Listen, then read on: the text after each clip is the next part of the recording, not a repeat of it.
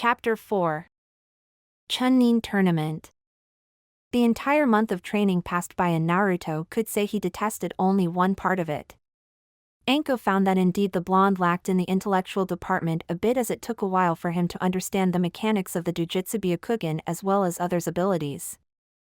In the end though, Anko and Naruto managed to cover a great deal of knowledge of all the combatants, even the ones that Naruto wouldn't likely fight against considering the results of each fight.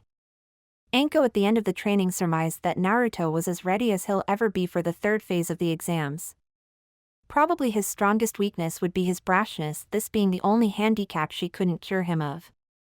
With a Hyuga, attacking without an action plan was considered suicide, and thus she spent an entire day reminding him of that. Right now she couldn't do anything more for him though. She hoped that the runt would perform well when the time came. One aspect that the judges take into consideration more than anything is the strategy. Strength and speed alone was no guarantee of promotion. Anko at least hoped that Naruto remembered that when facing the Hyuga as well as the others. She knew what happened between her student and Hyuga Niji at the preliminaries, and she was afraid that Naruto would forget everything he learned thus far, choosing to rely on brute force instead of the strategy they came up with during their conversations. Well, she did what she could given the time frame, she reasoned. After meeting with the brat for the last time before the exams, she figured it was high time she filled the tank with dango and hot sake. Naruto for his part took his time thanking Anko for her immense help throughout the month before walking back to his apartment. He still had 2 days until the tournament, so he figured he would do nothing for the majority of the day, which was about to turn into night in a few minutes. It took him less than half an hour from the training ground towards his apartment. Quickly opening the door with a yawn, the blonde figured that it was high time he took a nice nap. He would have plenty of time to rest his body and restore his chakra capacity. Once he got inside the apartment though, he sensed that something was wrong. 1. He remembered closing the only window in the room once he left, and 2. The lock didn't take nearly as long as it normally took to open. When he reached the living room, he was surprised to see a man sleeping on his couch. His appearance was kind of weird, Naruto reasoned. Even if the man was sleeping, Naruto wouldn't put it past him not to retaliate. The blonde placed his sword inches from the man's neck. "Oi, who are you, and what are you doing sleeping on my couch?" The noise awakened the man, who only opened his right eye and yawned some before getting up. "What took you so long to get here, brat? I've been waiting here for you for 3 hours now." Naruto's sweat dropped at the man's accusation. He never even met the old geezer before. "I don't even know you, old geezer, and you didn't answer my question." Jiraiya blinked at the blonde before figuring that an introduction was in order. "I'm Jiraiya of the Sannin, you brat. Hot kid these days, no respect. The reason I'm here is because I'm to escort you to the Hokage's office. Now come on, I don't have all day." Naruto, despite knowing something about the Sannins, didn't express the respect the elder man thought he would receive. Instead, Naruto just grumbled a few incoherent words and went to the bathroom to clean himself a bit. The perverted Sannin ended up being amused of the little Genin's reaction and stood in the middle of the living room contemplating everything around him. His sensei, the Sandaime Hokage, shared quite a lot of information with him about Naruto, including the month he trained with the Psycho Special Jounin Mitarashi Anko. What was most impressive was that the brat handled that much time with her. Most umbus wouldn't last more than 10 days. Soon Naruto exited the bathroom and, still complaining, "Okay, let's get this over with already. I was about to sleep right now." Jiraiya smirked once more and followed the blonde as they traveled through the rooftops towards the Hokage's office. With Sasuke. Going through hand seals, Uchiha Sasuke began focusing lightning chakra through his right hand as he looked at his target, a considerably sized rock with a giant hole in the middle. He was sweating profusely because of the amount of control needed for this ultimate technique, his sensei's creation. The Chidori was Sasuke's last item to cover throughout the 1 month of training. Kakashi was a few meters to his right and simply observed his student. Sasuke came a long way in terms of taijutsu agility and ninjutsu. He did inherit his clan's genius, as it didn't take him more than 10 minutes to learn a new jutsu and incorporate it to his strategy. Of course, the Sharingan had a lot to do with that. Kakashi wasn't against the idea of Sasuke using his eyes to learn, as he had one as well. It's not to say that Sasuke kept learning one ninjutsu after another. He asked Kakashi to teach him only lightning-based jutsus, as it was his other affinity along with fire. Aside from ninjutsu, Sasuke sparred a lot with Kakashi, both with and without his Sharingan.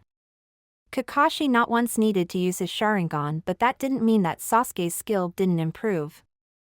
It just meant to prove that Kakashi wouldn't need to use it against a genin, even if it's an Uchiha. Right now Sasuke managed to collect the required energy and concentration for the Chidori and charged at the rock with impressive speed before carving a similar hole next to the other one. The boy kneeled on the ground soon afterward, panting. "It appears that 2 is your limit, huh, Sasuke?" Kakashi said, earning a nod from the Uchiha. "At least without the cursed seal, that is." Kakashi admitted not enjoying the time when Sasuke trained with the cursed seal. It gave the Uchiha more power, more chakra and more speed, but it wasn't natural in his book. He hoped that the Hokage knew what he was doing letting Sasuke use the cursed seal. The Uchiha just took a seat where he stood. Today was his last day as well, and he figured that he was ready for the exams. Sabaku no Gaara was a strong foe from what he saw at the preliminaries, but he believed that his speed was enough to overcome that ultimate defense of his. After defeating Gaara, his next opponent would be the winner of the first fight between Naruto and Hyuga Neji. It has been an entire month since Sasuke last saw his teammate, and he actually wondered how much stronger the dobe became under that woman's guidance. Kakashi told him that he paid a visit to Naruto once and saw him almost beaten to death. When questioned about it, Kakashi briefly explained Anko's methods and how it probably was more effective to Naruto than a teacher boring him with long theories. Sasuke ended up agreeing with said logic, as he knew Naruto would be bored with any sort of explanation that took longer than 30 seconds. "So it appears that our time is up, huh?" Sasuke said, earning a nod from Kakashi. It also worked well since Kakashi had an appointment with the Hokage. He wasn't bothered by the fact that the meeting had started half an hour ago. At the Hokage's office. Inside the Hokage's office, 3 individuals were seriously considering what would happen if Kakashi were to suddenly disappear for a while. All 3 of them considered different type of tortures for the Scarecrow Jounin. Well, 2 of them because Naruto actually settled for a nice nap on the ground instead. He was pretty tired upon arriving home, and knowing his sensei, he realized that it would take at least another hour for him to show up. Suddenly a smoke appeared in the room, waking Naruto up. First he was dragged to this meeting, only later being informed that nothing would happen until Kakashi arrived, which would be close to 2 hours from now. Naruto even tried sleeping, and Kakashi once more took that away from him by showing up only half an hour late instead of the usual 2 hours. Sorry, I was late. Sasuke decided to play with poison and had to be taken to the hospital for the cure. No one emitted a single noise in the room, and it was clear that no one believed that to be true. Using your students as an excuse was low, Kakashi, really low. The Hokage surmised, as he had yet to hear this type of excuse from Kakashi. Kakashi merely smiled at that before the meeting started. It actually took a while for Hiruzen Jiraiya and Naruto to stop picturing a nice session of torture for the Jounin. After that was done, the 3 eldest in the room started discussing some trivial things about the village's security, and Naruto just kept listening with plain boredom. His eyes were almost shutting once more, as he couldn't believe that someone would drag him into a meeting he wouldn't even be a part of. Suddenly, though, his patience was at an end. He wanted to sleep, goddamn it, not listen to them talking between each other. "Excuse me, Hokage Gigi, but can I go now? I don't know why I was summoned here," Naruto said, earning the attention of everyone in the room. "Aw, my apologies, Naruto." "No, you can't go, I'm afraid. We just want to know one thing from you," Naruto nodded, ushering the Hokage to continue. "It has come to my knowledge that something happened between you and Orochimaru at the second stage of the Chunin exams. I only wish to know why you haven't approached me showing the red seal imprinted on your neck." Naruto looked around nervously to the 3 elder individuals and sighed, wondering how they figured it out. Perhaps Anko spotted it and told them about it. He figured that telling any other story besides the truth wouldn't help ease the situation, so he told everything beginning from the part when he was bitten as well as the conversation he had with the fox. Along the way, all three were surprised upon hearing that it was due to Kyuubi's interference that the seal became red instead of the usual black color. When he finished the explanation, he realized that their faces changed from the beginning of the meeting. He was screwed, and he knew it. Even the Hokage was showing an angered face he had never seen before. Truth be told, the Hokage wasn't mad at Naruto except the fact that the genin didn't consider reporting this incident. Whom he was truly mad at was his ex-student as well as the damn beast that resided within Naruto's stomach. One gave the other more juice to pump in Naruto's chakra supply. Too much power could bring unforeseen consequences, and for what? An empty desire for revenge, perhaps. As far as the fox was concerned, it wanting more power was no shock to the old Hokage. It's not like the beast ever changed its mindset.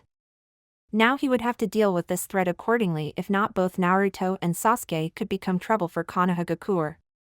Quickly producing his pipe, the Hokage gave a few puffs before looking at the blonde. First of all, Naruto, the only reason I'm mad with you is the fact that you hadn't told me or anyone about what happened, besides that, nothing more.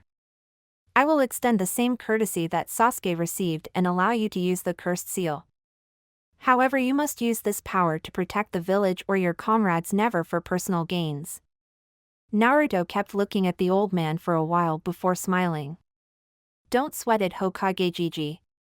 I don't enjoy using it, as I told the damn fur ball. I will only resort to it if necessary. You have my word. The Hokage smiled before turning to Jiraiya.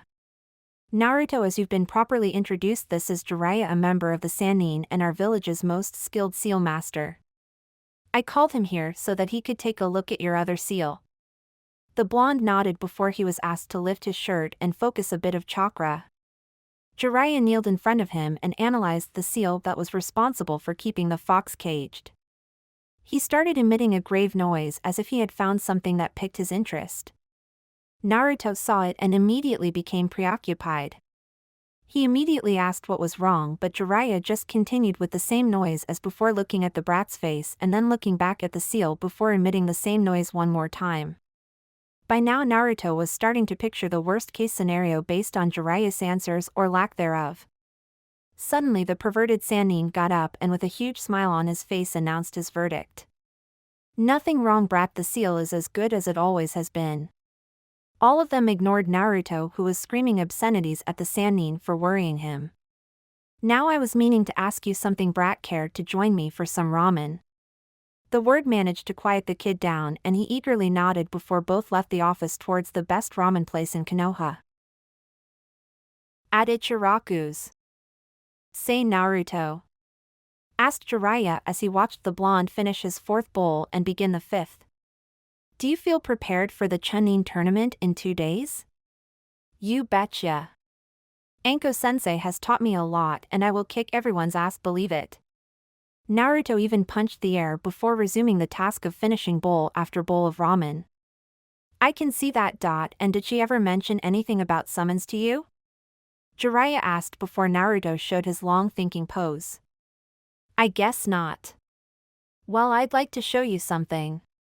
Are you finished? The pervert couldn't take his eyes off the pile of bowls that rested in front of him. It had to be the Kyuubi somehow. No human being could eat 20 bowls of ramen like that. The perverted now understood why the owners of the tent were so happy to see Naruto.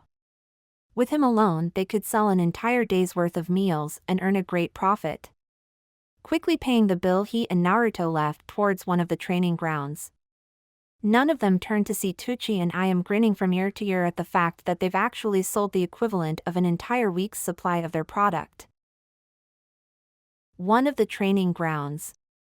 After a bit of walking, Naruto and Jiraiya stopped near a small water stream which happened to be one of Konoha's many training grounds. Okay, brat. Now that we're here, I want to talk to you about a jutsu called Kuchio no Jutsu, summoning technique. To Naruto's confused face, Jiraiya began the explanation. Kuchio no Jutsu is a space-time ninjutsu that allows a ninja to call upon animals to fight with him or her. A few things are required for such technique, such as a great amount of chakra, a signed contract, and a few drops of blood. Here, let me show you what it is, Jiraiya said before biting his thumb and moving his hands to form the needed hand seals. He then slammed his hand on the ground before smoke surrounded him and Naruto. Suddenly, right in front of Naruto appeared a horse-sized toad, and Jiraiya was seating on top of it. I, for instance, have a contract with the toads, and I can call upon them to aid me if need arises. Would you like to summon them as well, kid? Naruto looked at the toad in front of him and started drooling for a while at the prospect of being able to do something like that. However, something in his mind clicked and he remembered Anko's teachings. Why are you giving me this jutsu just like that? We've only met like 2 hours ago? Jiraiya was obviously surprised by the suspicious question. Surely he thought that the kid would be ecstatic to learn new stuff. He guessed that Anko must have drilled some important knowledge in his head. It is considered a great honor, kid, to be able to summon the toads. The Hokage felt it was wise to give it to you, and I concur with him. He asked me this favor and I intend to honor it. Now, before anything, you'll have to sign your name into this contract. As soon as the words left Jiraiya's mouth, the toad extended his tongue towards Naruto and handed him the contract. While the blonde was studying the scroll a bit, Jiraiya smiled, seeing as Naruto stopped asking questions about why he was being allowed to sign the toad contract, one which was only signed by 2 people so far. And he never said which Hokage asked him, so Naruto must have thought it was the Sandaime. As soon as Naruto opened the scroll, he saw only 2 names written and opened his eyes wide at the mention of the second name. The Yondaime Hokage was his hero and role model ever since he started the academy, and now he would learn a technique that was used by him as well. Biting his thumb, Naruto wrote his name on the 3rd column next to the Yondaime's name before the scroll wrapped itself and was collected by the toad, which then vanished in thin air. Jiraiya then approached Naruto's position and quickly taught him the hand seals needed for the jutsu. To his great surprise, Naruto caught the sequence quite quick and gave his first try. As soon as he slammed the hand on the ground, he saw the gathered smoke and smiled in anticipation. To Jiraiya's shocked expression appeared a battle toad the same size as the red one which appeared with the contract. This toad had black samurai armor and 2 swords strapped on his back.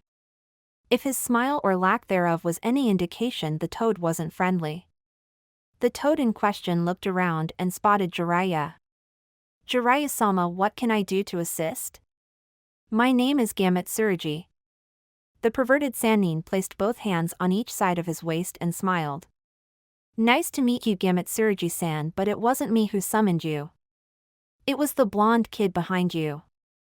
The toad in question turned and looked at the brat who was looking at him. It took a couple of seconds to realize that the kid was actually looking at his swords. So I gather that you are the toad's new summoner then. And you appreciate my swords. I must say yours is impressive as well, kid. I always enjoy a nice kinjutsu practice, and I believe this is a good test as any. Gametsurugi took one of his swords and waited for Naruto to take his. Normally the test would be conducted by Gamabunta-sama, but I believe myself to be worthy enough of said honor as well. If you manage to hold your own in a battle against me, kid, then you have the right to summon our kind any time. Naruto nodded, and with a smile he grabbed his kodashi and held it in a reverse grip in front of him just like Anko had instructed. Jiraiya kneeled on the ground a few meters away from the two as he looked at the blonde.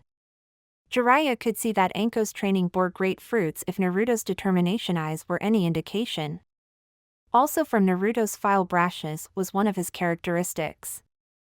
Therefore he was surprised to see that the kid was standing there studying his opponent instead of attacking right away. The toad nodded at Naruto's focus and decided to attack first. Even if the kid had fire in his eyes, the toad was considered the most skilled sword fighter of his homeland. There was no way the kid could hold on. Using his speed, Gametsurugi appeared in front of Naruto and swung his sword, aiming Naruto's shoulder. The noise of metal clashing with metal surprised everyone, and the two stood in the middle of the clearing clenching swords.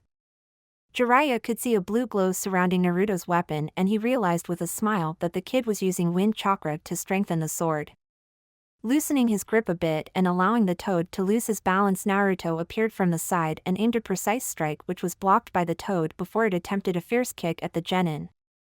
Naruto used a quick kawarimi and appeared on the other side, aiming another strike against the toad. Gamatsurugi managed to parry once more before aiming another attack on Naruto. This one nearly sliced a couple of hair as Naruto ducked and managed to strike the toad using the back of his sword's hilt. Not wanting to relent, Naruto charged the toad with his wind-infused weapon and swung his sword with all his strength. The toad saw the move and managed to parry the technique, albeit barely. The strength of the attack forced him to back off a bit. Jiraiya never ceased to smile as he observed Naruto's prowess with the sword in such a small time frame. He wondered what approach was used by Anko to achieve such great results. "You're good and all, kid, but now it seems I must increase the pace," the toad said before grabbing the second sword. Naruto immediately paled at the prospect of being killed here. So far he only managed a few hits here and there. His opponent was much stronger with just one sword. 2 now would be suicide. Nevertheless, he stood there facing the toad, expecting the move. He would have to resort to other skills aside from swords. As soon as Gamatsurugi made his move, Naruto threw his sword in the air and began a quick series of hand seals, surprising Jiraiya. He gathered a great load of air inside his lungs. Futon de Tapa, wind release, great breakthrough technique. Before the toad could come within inches from Naruto, the boy unleashed a powerful gust of wind that sent the toad flying a great distance away. Besides this, the technique was laced with cutting chakra, so the toad's body was severely hurt. Despite that, the toad smiled as he got up and placed both swords on its back once more. It appeared in front of the blonde and landed on of its hands on top of his shoulder. The toad didn't need to say anything as Naruto clearly passed the test. It merely nodded before vanishing in smoke, surprising Naruto, who then turned to Jiraiya for questioning. He only had the chakra you supplied him with. Once that chakra runs out, he can't sustain the link and therefore has to go back to his realm.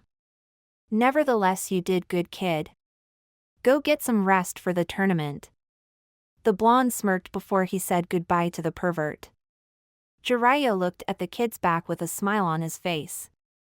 At first he figured that it would be prudent to help Naruto more for the exams. Circumstances arose that interrupted that initial plan. After all, it's not every day he uncovers the existence of an organization out there that is after the 9-tailed beasts, including the one that resides inside Naruto. Their members were unknown at this point, but his sources told that all of them were S-ranked criminals. If one of them was to come after the genin, Naruto wouldn't know how to defend himself. This meant that the kid must be trained and by someone who can uncover his full potential. Mitarashi Anko's methods were brutal, Jiraiya remembered. She must have beaten the kid many times until he understood what Anko was trying to teach. However, Jiraiya knew ways around that in order to further achieve Naruto's untapped potential. And he wasn't thinking of the cursed seal. Tournament day. 2 days passed in a blur for Konoha as the date of the last phase of the Chunin exams arrived. The entire village was ecstatic and lots of merchants and tourists flooded the streets. Unfortunately, the boom in the village's economy comes with a bigger risk. With this many, it becomes rather difficult to provide the same level of security. Umbus were doing everything they could to scout the entire region after probable schemes from outside sources. The stadium in which would soon host the Chunin tournament was slowly being filled with all kinds of people. From simple tourists to daimyos to low-level genins to high-ranking jounin officers, everyone came to see a splendid show. The most anticipated was no doubt the first Uchiha ever to appear since the clan's massacre a long time ago. Uchiha Sasuke was considered the safest bet there was, with Hyuga Neji coming in close second. The Chunin hopefuls were already aligned in front of the host Shiranui Ginma, a special jounin that used a bandana to hold his hair and had a sunbon on his mouth. All the genin's attention turned to Naruto though, as he appeared wearing different clothes as well as the sword strapped on his back. His posture did change a bit from 1 month ago. Sasuke kept looking at his partner, wondering about the change in appearance. He wondered about the changes that weren't visible, his skills of the ninja arts. The sword on his back indicates that the dobe has been practicing kenjutsu. However, 1 month alone of practice with it couldn't be counted as an advantage. Sasuke was tempted to use his Sharingan and take a closer look at Naruto's chakra, but in doing that he would be violating the rules. It took half an hour for the crowd to fill the seats and for the Hokage to enunciate the beginning of the tournament. By the Sandame's side were his two bodyguards as well as the Kazekage who accepted the invitation to attend the exams next to the Hokage. Ginma nodded at the Hokage and issued all the genins to leave the area except for Uzumaki Naruto and Hyuga Neji. Neji as usual was showing his confident-bearing smug attitude at Naruto while the blonde looked at Neji promising to deliver the punishment like he said before. Naruto remembered Anko's words about emotions in the middle of direct combat. She explained it to him constantly that by no means could he charge against a Hyuga face-to-face in direct combat.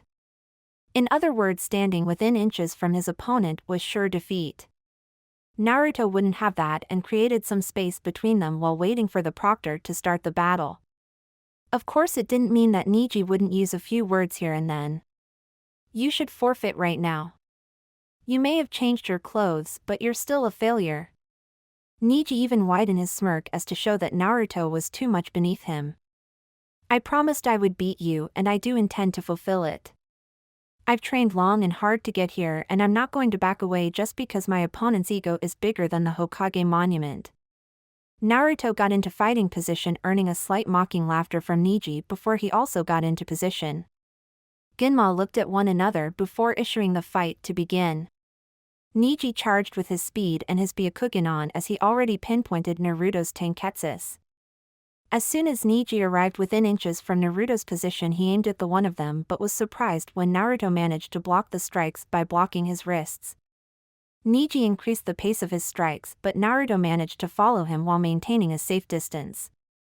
As soon as he managed to block one last strike, Naruto placed one step forward and disrupted Neji's guard before landing a powerful punch on Neji's face, surprising everyone. Naruto understood what Anko was trying to tell him about the Jukin style of fighting. The blonde wasn't about to wait for another attack and summoned 3 Kage Bunshins to attack while he remained behind. The Bunshins immediately charged and Neji used his agility to try and take care of them. To his surprise though, the team of Bunshins fought with deadly proficiency and each managed to cover the other. So when Neji moved to strike one, he had to back off because another would move from behind and attack. His Byakugan kept close attention at all 4 Narutos, even the one that stood at the back doing nothing. He gritted his teeth in annoyance at this loser before quickening the pace and dealing with all 3 at the same time. His smirk didn't last long as an entire barrage of shurikens came charging at him with impressive speed. Neji managed to dodge the projectiles but snarled once he felt one of them slice his face a little bit, causing a small line of blood to appear. Naruto smirked and pulled more shurikens from his pouch before throwing them at Neji. The Hyuga managed to see them with the Byakugan and was about to dodge when he saw Naruto doing hand seals. Everyone became surprised at seeing Naruto performing an elemental jutsu. Futon Repushu, Wind Release Gale Wind Palm Technique. The projectiles received the extra push and increased their speed. Neji couldn't keep up and the projectiles were approaching fast. He was hoping not to use this technique until later on, but the damn loser was pushing his buttons a lot. Neji began to spin his body rapidly and focusing chakra throughout all his Tenketsus at the same time, earning shocked looks from the Hyuga clan's main branch because that move happens to be from them. Neji managed to create a dome of blue chakra that was capable of deflecting the shurikens even with the aid of wind chakra. Naruto sure was surprised since he didn't know about that ability. You see now how much of a failure you are compared to me, Neji said with a smirk on his face, but he was slightly bothered by the fact that Naruto was smiling as well. That was a neat trick, Neji. But it's merely defensive.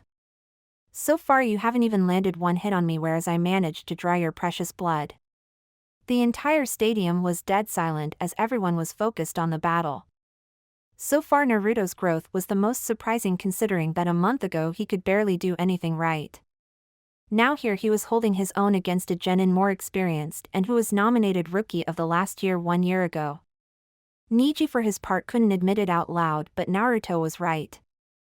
So far the only one with a clear hit was the failure. Neji smirked though. Naruto may have improved in skills lately, but at the distance he was in there was no doubt in Neji's mind that he would win this match with his next move. This is when our fight ends. You are within my field of divination. Naruto looked surprised because he didn't know what was going on. He wasn't about to stay still though, that's for sure. As soon as Neji vanished in order to begin his deadly technique, Naruto finished a couple of hand seals needed to replace himself with one of the shurikens that he threw at Neji. When the Hyuga landed the first two strikes, he was shocked to see Naruto's body vanishing and a shuriken appeared. The Hyuga's Byakugan spotted Naruto already finishing a sequence of hand seals before gathering air inside his lungs. Naruto blew up a strong torrent of wind straight at Neji, who didn't have time to use his ultimate defense technique and received the full technique. His body was sent flying while the cutting edge of the technique began its work, giving Neji a great number of wounds.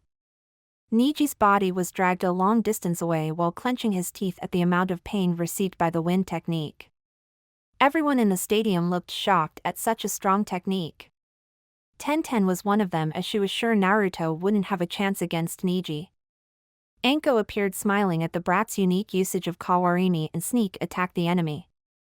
There was no way Neji would get up from that attack, and even if he did, his body was so badly hurt.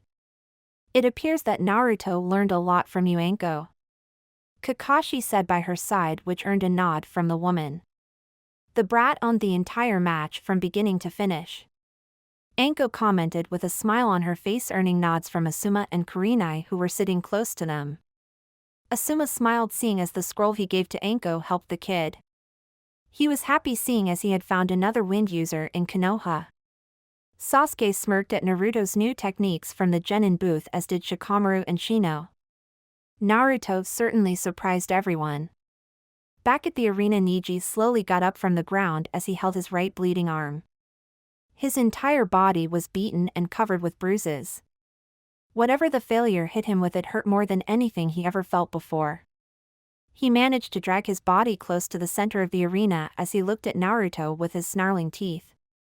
Genma saw the state Neji's body was in and nodded, seeing as the fight was over. Before he could end it, however, Neji urged him not to by shouting to the proctor. Apparently the kid received a dirty blow to his pride upon being beaten by someone he considered a failure. Unfortunately though, in Neji not allowing the battle to end, it also allowed Naruto to move and deliver a strong reverse kick on his chest, which sent him flying once more towards the ground. Unfortunately, Neji's head ended up receiving the first impact and he was unconscious soon afterward, thus not being able to continue. Winner of the first match is Uzumaki Naruto, Genma announced before pointing his hand at the baffled Naruto, who took a long while to understand that he had won the match. Up on the stands, everyone was contemplating the first round of the Chunin tournament, as it happened to be quite a shock to those with conservative ideals. After all, it's not every day that a Hyuga elite is so easily beaten by someone without any clan history like Naruto. The fact that Naruto was considered a class clown and that he barely graduated the academy contributed to everyone's shock at the moment. The blonde went from a barely passable shinobi to Chunin material in 1 month's time. Even if he couldn't know about Neji's main house techniques, Naruto had done his homework regarding the Byakugan and the Jukin, understanding that it only took one opening to end a fight. That alone gave him a great number of points for promotion. The genins from Naruto's classroom all gawked at what they saw. Sakura and Ino had doubt if Naruto could beat Neji, hence why none of them even considered the possibility. Chuji and Kiba felt the same way, though they acknowledged Naruto's severe improvement. They couldn't point any wasted move from the blonde. And all of them somehow knew that Naruto had yet to show all his skills. From what they saw, Naruto had a sword strapped on his back and he not once bothered to reach it. Furthermore, he didn't use that strange energy sensed at the Forest of Death, which could be considered an easy option for him. The opinion that came from the Kage booth was mixed. Sandame Hokage looked at the boy at the arena, accepting the cheers from the audience with a smile on his face. He knew that Anko's method of training would do wonders for the boy. The Kazekage though couldn't help but smile as his second experiment was getting stronger. Genma at the arena quickly announced the second match and ushered Uchiha Sasuke and Sabaku no Gaara to join him at the arena.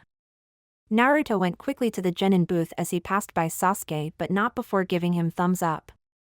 Sasuke strangely returned the greeting with a confident smile and a nod of his head. He said that he would face Naruto next and told the blonde to get ready. Naruto nodded as he watched Sasuke leave the tunnel before suddenly he felt the offensive aura approach him from behind. 1 second later, Gaara passed by him with his cold exterior and looked at Naruto from the corner of his eye.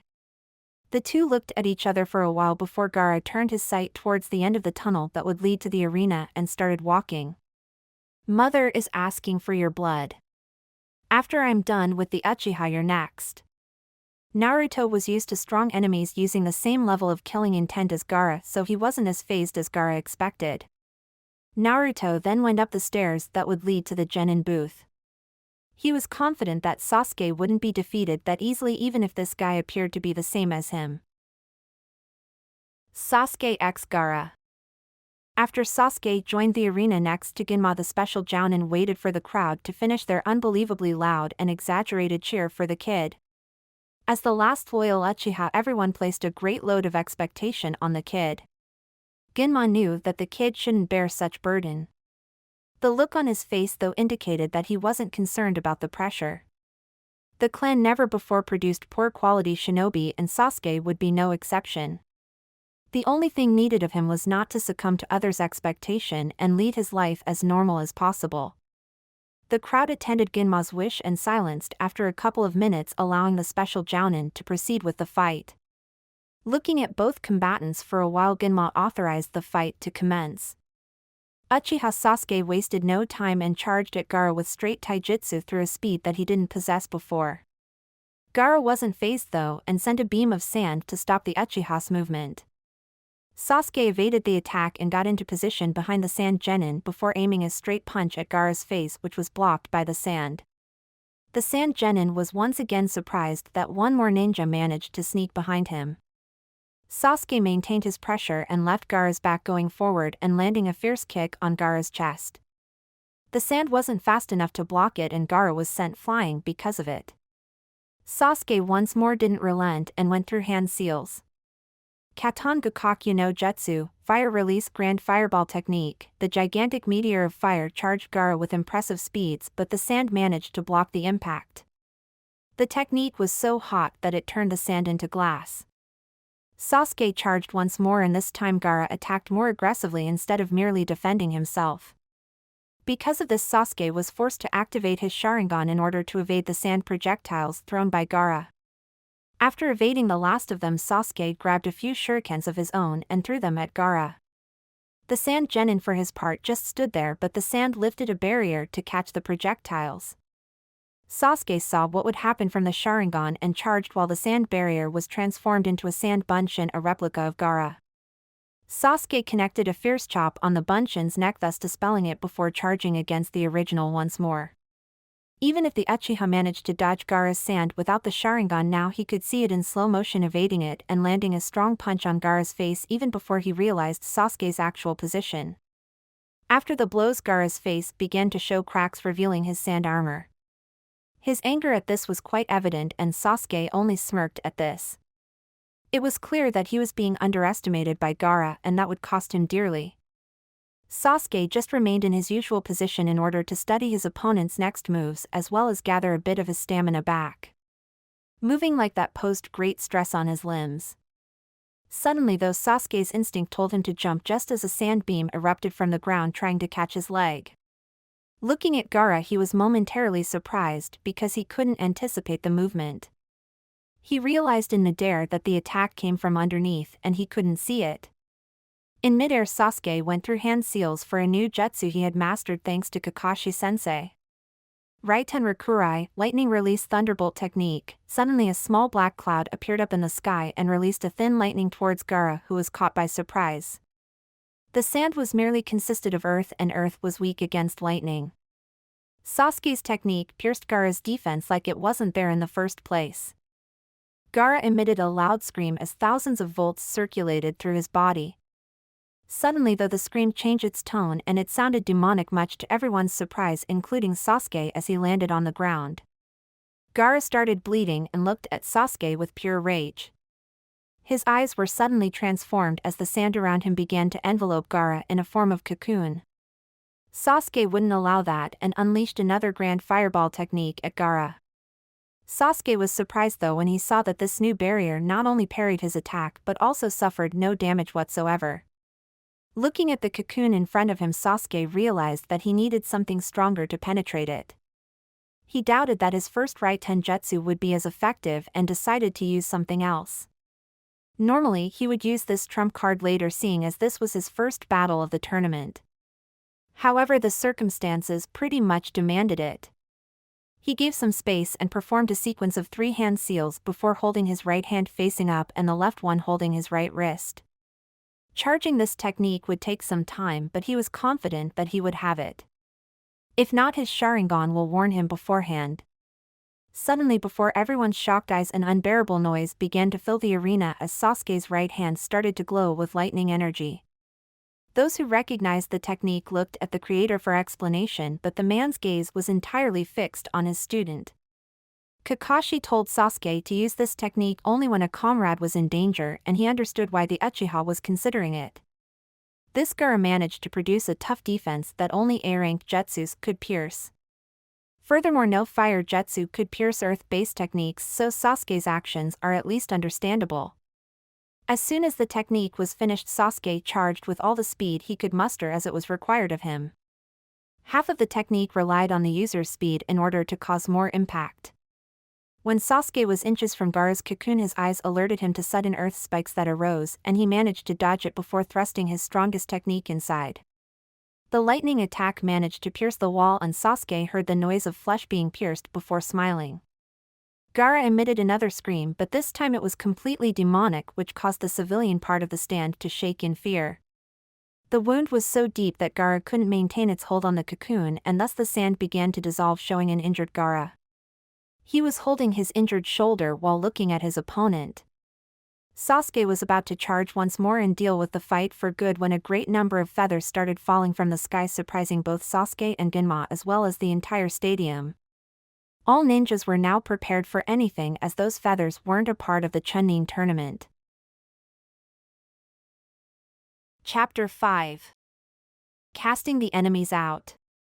As the feathers fell from the sky, a great number of civilians and inexperienced shinobi fell victim to the wide-area genjutsu and were asleep. Naruto unfortunately wasn't able to learn much from Anko in the genjutsu department and was almost closing his eyes when Shino placed his hands on his shoulders, waking him up instantly. His eyes looked at the arena only to see many battles occurring at the audience as well as at the field where Sasuke and Gaara were fighting. He could see that Sasuke and the Proctor Genma were side by side as they were facing an injured Gaara flanked by his siblings and an unknown Jounin from Sunagakure. Naruto was about to go help Sasuke when he saw the other genins leaving the genin area towards the audience. "Shino, where are you going?" Naruto stopped the Aburame as he was almost out of the blonde genin's sight. "We are going where our Jounin sensei are now, Naruto. You should too." Shino then left with Naruto quickly in tow. He followed the genins up to the audience but stopped once 5 genins from the sand appeared in front of them. Shino was quick to unleash his bugs and Shikamaru used his shadow to bind the majority of the enemies. Shino and Shikamaru managed to bind 4 of the Chunins, but the 5th one managed to escape and charged towards the genins with speeds that surprised them. He managed to escape from Shino's bugs as well and was about to inflict some serious damage on them with the use of a kunai. The noise of metal meeting metal alerted both Shino and Shikamaru before they saw Naruto parrying his sword with the genin's kunai. They could see that the sword was glowing with chakra. The two began a match of force before Naruto placed one step backward and released the grip on his sword a bit. As a result, the enemy lost his balance, allowing the blonde to place one step forward and cause a deep slash on the man's stomach. As soon as Naruto heard the sound of metal slicing flesh, a weird feeling punched him right in the gut. Even if he had chosen an art that is knowingly deadly, Naruto had yet to kill anyone with his sword. His eyes lost their color for a while as he faced the man whose life he had taken away.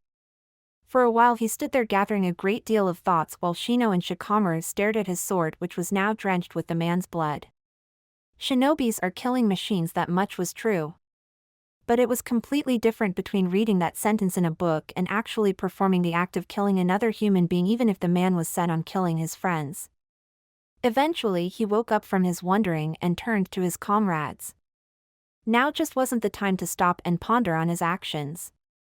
"Okay, let's go then."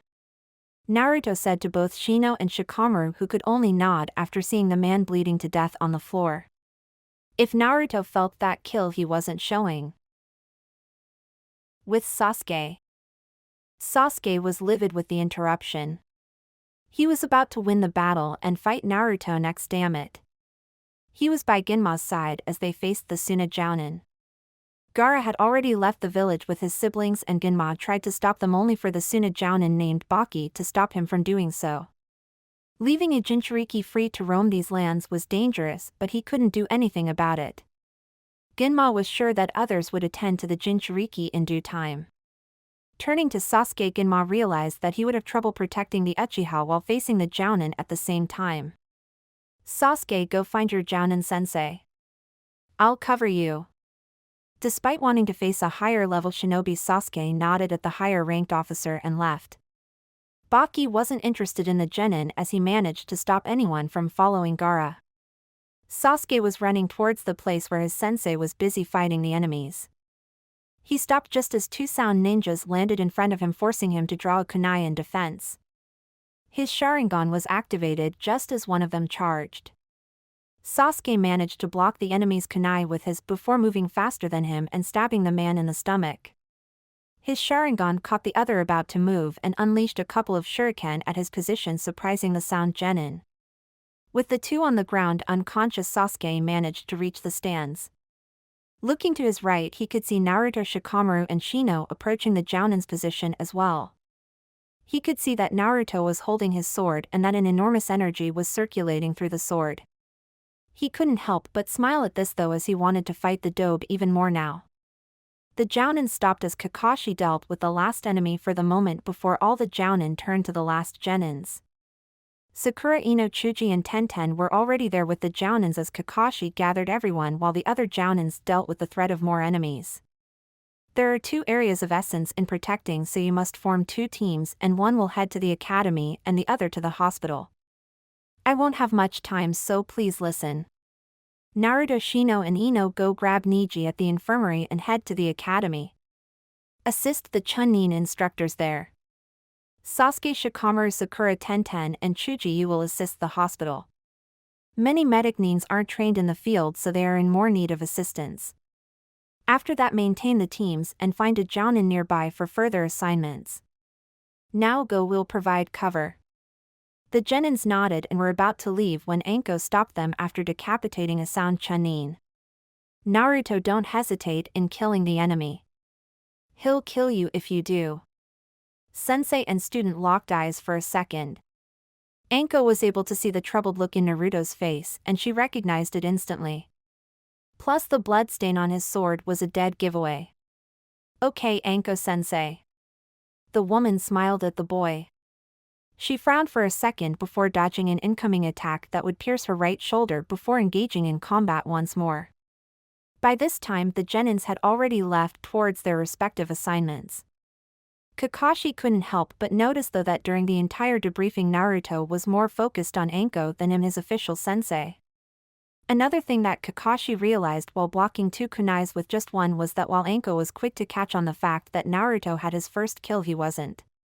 Kakashi wasn't familiar to the level of bond created throughout this month, but something told him that Anko, even if indirectly, ended up stealing one of his students.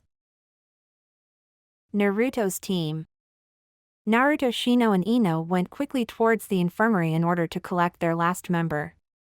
The blonde was having his reservations since it was him who sent the Hyuga there in the first place. The team stopped all of a sudden when a group of sand genins appeared in front of the team. The time between their movements granted both Naruto and Shino ample time to launch their attacks. Shino used her bugs and Naruto unleashed shurikens against the genins of sand. Ino, like Sakura, was in her civilian clothes and didn't have much on her to be of much assistance. Thus she had to serve more as a support with her clan techniques. Naruto turned to her. Ino-chan, do you have any weapon with you? The girl blushed in embarrassment but said no. She didn't have time to respond though, as she saw Naruto throwing her his holster. Pick up my holster then. You'll need it more than I do. Ino nodded before the group moved once more. It didn't take too long before the group arrived at the infirmary before Naruto opened up quickly. Once inside, the three were surprised to see not only Niji but also a man similar in appearance but much older and wearing a white kimono. From the look of things, the genins interrupted a very important conversation. The only one who recognized the only adult in the room was Shino, and seeing the lack of words from Naruto and Ino, he took a step forward. "Excuse me, Hayashi-sama, but we need Niji to accompany us towards the academy in order to protect the students from the invasion." The young Hyuga was completely covered with bandages, but otherwise he didn't appear to be suffering from the attacks. Hyuga Hayashi looked at Aburang Shibi's son Shino for a while before turning to his nephew. "Go Niji, we can talk more about it afterward." The elder Hyuga vanished from the room, not even waiting for his nephew's answer. Niji sighed and narrowed his eyes at the genins. Just seeing Naruto there sent him on edge, but it wasn't time for that right now as the village was under attack. He left from the bed he was sitting on and approached the genin's location. He refused to look directly at Naruto, though much like the blonde expected. "Really? Let's go then." With that, the four-man team vanished towards the academy with Naruto up front and Niji last because of the Byakugan. As the blonde charged towards the rooftops, he saw a purple barrier being lifted to his right and frowned since the Hokage was in that direction. Whatever it was, though, he was certain that the old man would deal with it quickly. He was the Hokage after all, and thus the strongest shinobi in the village. He needed to focus on his current assignment now instead of worrying over a man who survived 2 great shinobi wars and had more than 50 years of experience. Sasuke's team. Sasuke, Shikamaru, Sakura, Tenten and Chuji left the arena towards the village hospital. They could see a great number of fights on top of buildings and on the village streets, but they couldn't stop their path, otherwise the hospital would be unguarded. Sakura, Tenten and Chuji were on their civilian clothes, but Tenten was the only one that had weapons hidden below her Chinese-style dressing. She supplied Sakura and Chuji with weaponry.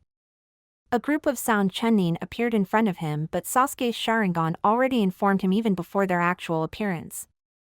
Hence why by the time they landed in front of the genins he was already going through hand seals.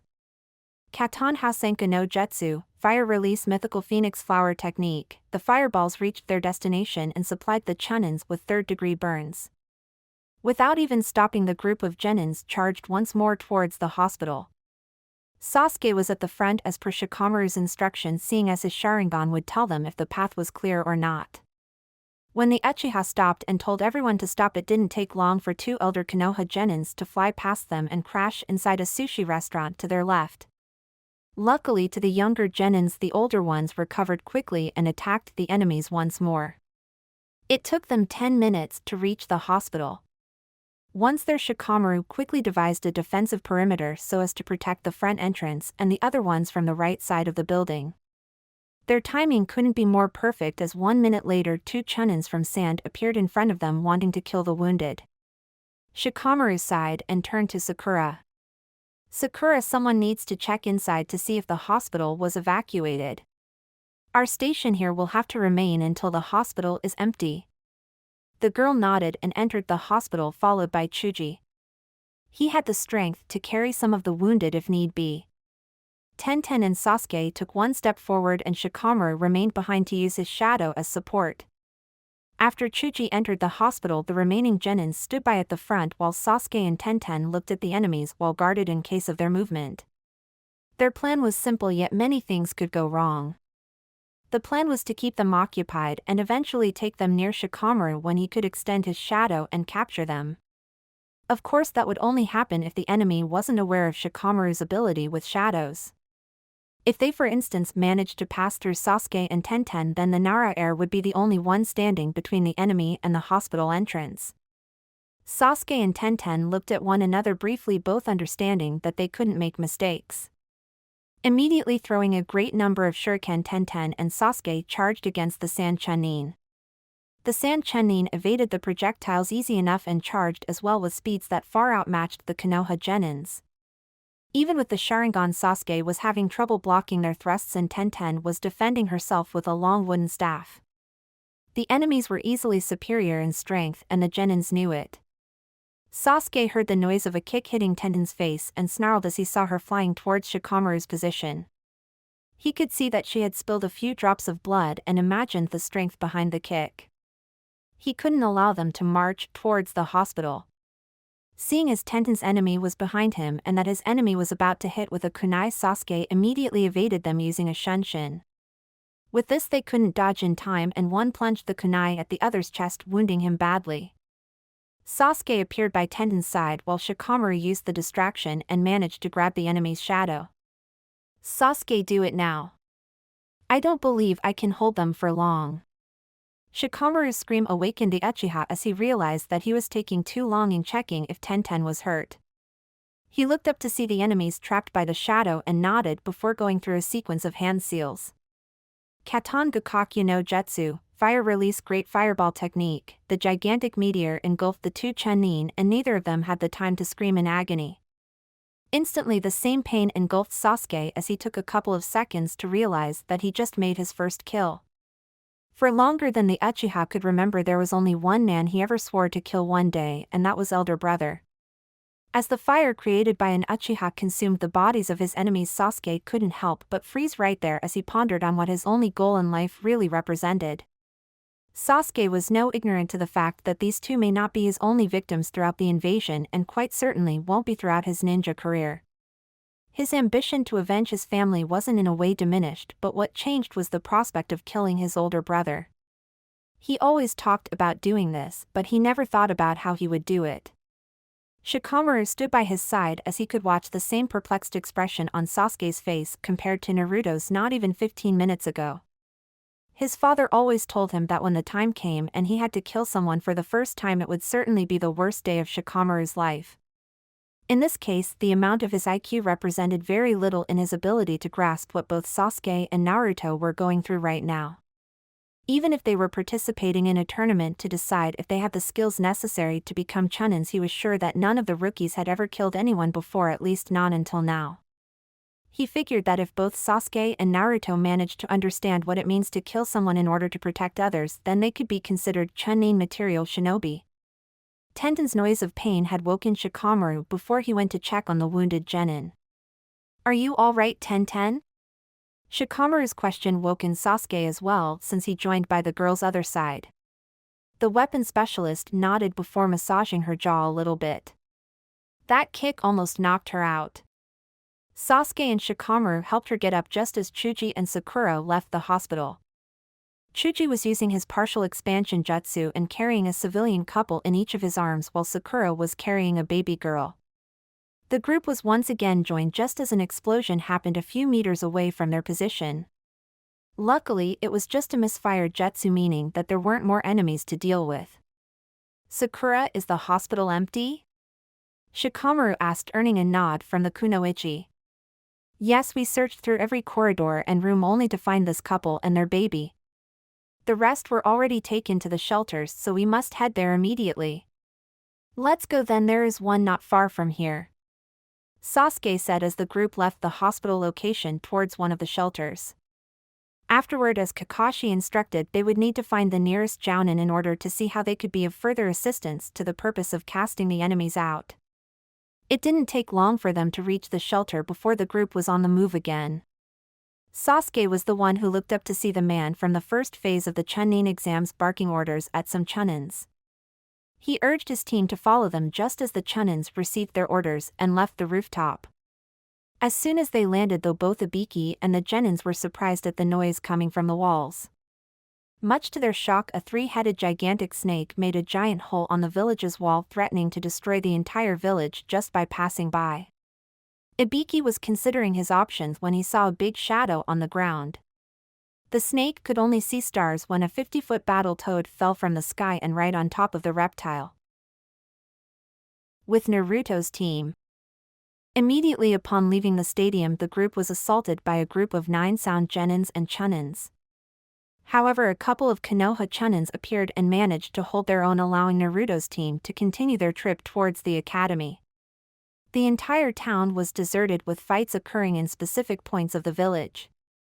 Naruto felt like joining a couple of them before remembering that he was given a mission to protect the academy. On the way, he figured that Iruka-sensei would be there as well to protect the students.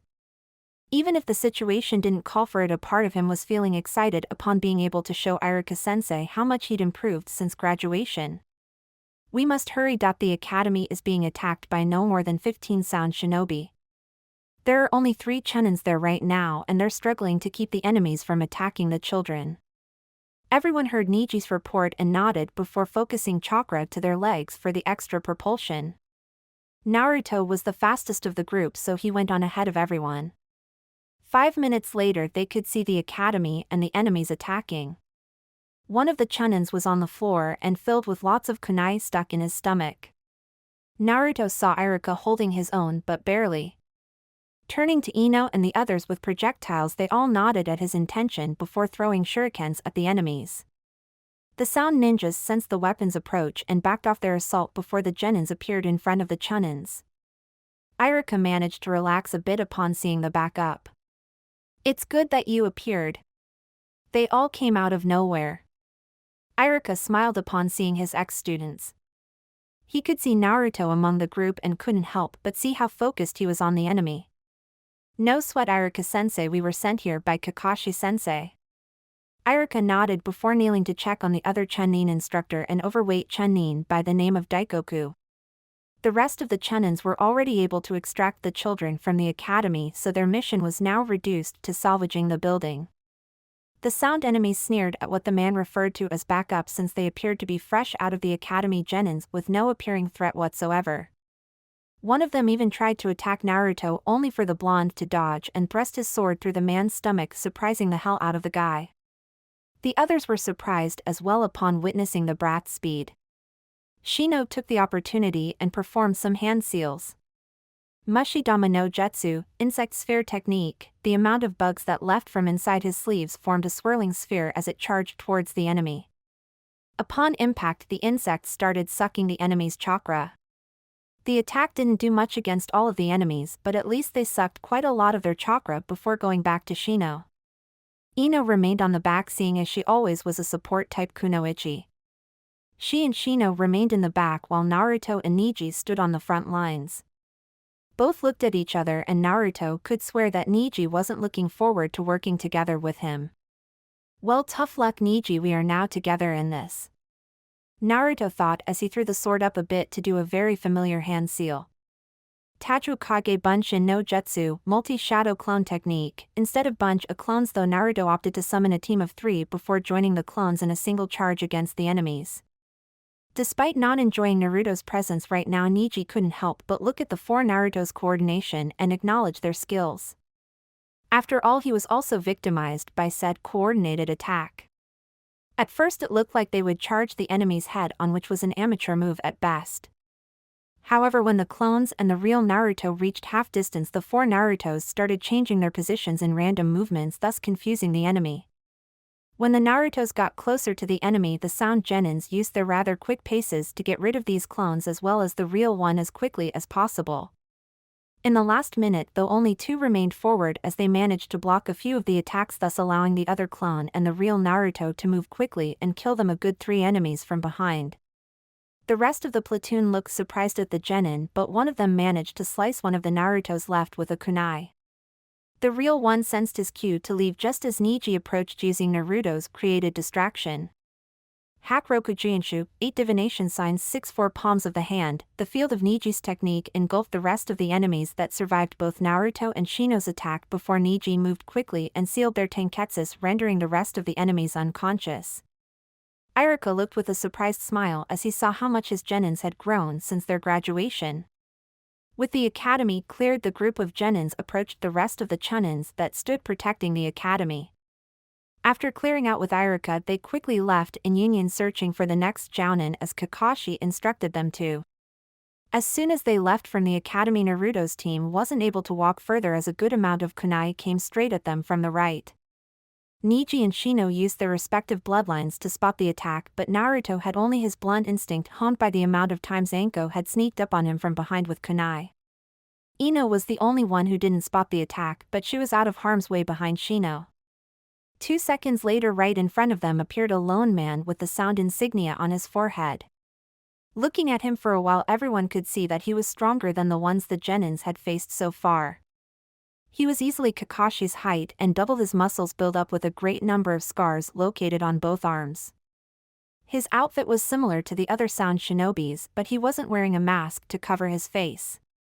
The man had gray long hair and showed a look of complete boredom upon looking at his next competition. So the rumor was true and Konoha had lowered its standards because of these times of peace. So far his only opposition was of weak chunins at the most. Now he was facing genins.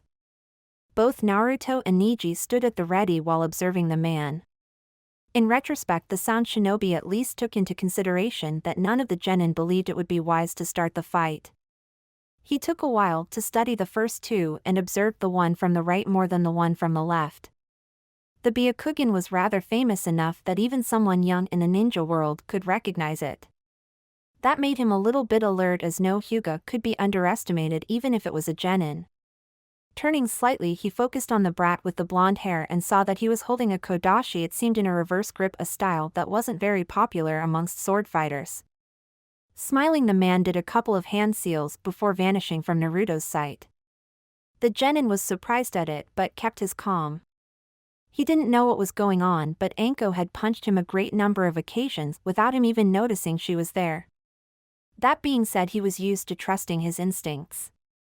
He stood there and focused, not even aware of the fact that the enemy had just casted a false surroundings genjutsu on him. He suddenly heard a shift of air through his right and turned to land the strike from his sword. The sudden noise of kunai parrying sword disrupted the illusion as Naruto now stood face to face with the surprised enemy. The man knew that Naruto was caught in his illusion and the Hyuga didn't activate his eyes fast enough. His experience suddenly told the man to stop the game of strength and back off from the blonde. He narrowed his eyes when Naruto's sword began to glow with chakra. Because of that, he figured that underestimating the blonde wouldn't be his best course of action. He saw the Hyuga coming from his right and looked at the boy's hand trying to land one hit at him. He knew what would happen if he did and thus dodged every time.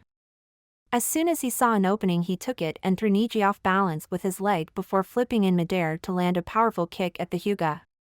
His eyes registered the blonde's approach from his blind side and he realized that he couldn't dodge in midair. As soon as the sword penetrated his stomach, he replaced himself with a log a few meters away and began a series of hand seals. Doton Jishin no Jutsu, Earth Release Earthquake Technique. As soon as he smashed both hands on the ground, it started shaking fiercely, forcing the genins to lose their balance, allowing the sound shinobi to charge at the blonde first with a kunai. Naruto saw the man's approach and tried balancing himself despite the earthquake. He managed to parry the kunai with his sword, but his footing wasn't right and he figured that he couldn't keep up with the man's speed. He suddenly saw the man's arm turning into a rock and realized that he needed to escape from his position and fast. He had only enough time to summon a Kage Bunshin and replace himself with the real one, surprising the enemy. Neji took the time and charged once more with the Jukin, hoping to strike the man, but to no avail. The enemy was beginning to grow tired of these two and stepped up his game, aiming a strong kick at Niji's face before finishing a sequence of hand seals. Doton Doryuden no Jutsu, Earth Release Mud Dragon Projectile Technique. Neji could see the attack coming because of the Byakugan and used the main house technique Kaiten. He focused chakra throughout all of his tenketsus and released it at the same time while spinning his body, thus forming a protective chakra dome around him. The enemy cursed once more, taking away his attention from both genins and focusing only on the Hyuga. A mistake he sadly wouldn't be able to regret, as he flinched all of a sudden. As he turned his head to look at his back, he saw the blonde genin's kodashi entered his back and almost came out of his chest. Naruto used the distraction supplied by Neji and threw his sword at the man before performing hand seals for the repusha technique. With it, his sword was propelled with superior speed and penetrated the man's back with such brutality that it almost pierced through. The other three genins looked at it with mixed expressions. Shino lifted his eyebrow upon witnessing the impact and Ino let out a frightened scream at the sudden brutality. Neji though looked at it for a while before focusing on the blonde with focused expression on his face. Even with the amount of pride he had, Neji was beginning to realize that perhaps Naruto wasn't going 100% against him at the Chunin exams if he could deal this kind of damage. The blonde in question said nothing as he approached the downed enemy and removed his bleeding sword before placing it back inside the scabbard. He didn't look conflicted after killing 5 enemies now, and in Ino's mind it seemed almost surreal. Back at the academy, Naruto appeared unable to hurt even a fly, but the way in which he handled the enemies was just so unlike him that it kind of scared her. Looking at the genin still with his focused expression, Naruto ushered everyone to move, and quite surprisingly no one turned and questioned him being the leader of the group. Leading the way towards the gates that arose to their left, Naruto's group was suddenly surrounded by 3 sand and sound chunins. Naruto had no doubt in his mind as he went through quick hand seals before gathering as much air as he could inside his lungs. Futon de Tapa no Jutsu, wind release great breakthrough technique. The huge gust of wind came out stronger than the one used at Niji, and the genins had to shield their face because of the fierce wind. The enemies struggled to remain in their positions by sticking to the ground by using chakra. Eventually the enemies caved and were sent flying, with the exception of a couple that actually knew of the technique beforehand. They were sand chunins. As soon as Naruto finished the technique, he needed to recover his breath, leaving him open for a load of shurikens to charge at him, threatening to pierce his body. Shino was the one that moved faster by summoning his bugs and having them swirl around Naruto, forming a dome of sorts. Still coughing, he turned to Shino in appreciation. Grabbing his sword once more and focusing more wind chakra through it, he waited for the bug wall to cease for him to continue with the attack. When the wall ceased though, he saw something weird happening with the chunins. They were frozen in place, and a black hand appeared to be crawling up their bodies until it stopped on their necks. The frightened looks on their faces only took seconds before the genins winced at the sound of necks being broken. When they turned to the left, a man appeared looking like an older version of Shikamaru, showing a considerable scar on his face. The man was wearing a jounin vest and some old coat on top of it. Troublesome. It appears that we arrived on time. The genins were surprised at that, since they only saw him there. Suddenly though, Umbus showed up, and even the fathers of Chuji and Ino, Chusa and Inoichi. The genins looked around because of Shikaku's words and spotted a couple of Umbus as well as 2 jounins that appeared to be older versions of Chuji and Ino, even if it was a man. Ino met her father and embraced him for a while, probably seeing safety in the man's embrace. Naruto, Niji and Shino met with Shikaku and one of the Umbus, a woman by the looks of it because of the Umbu's long blue hair. The cat-masked Umbu noticed a few spots on Naruto's hand that was covered with blood, and from the look on his face she knew it wasn't his blood nor from any of the genins. None of them appeared injured, and only the Hyuga had a drop of blood dripping from his mouth. Shikaku-san, we should get going. The plan is still in effect, the female Umbu said. Shikaku's father appeared to be the one in charge from what Naruto could gather. The one in question nodded and turned to the team of genin. You guys should come in with us and protect any civilian we encounter.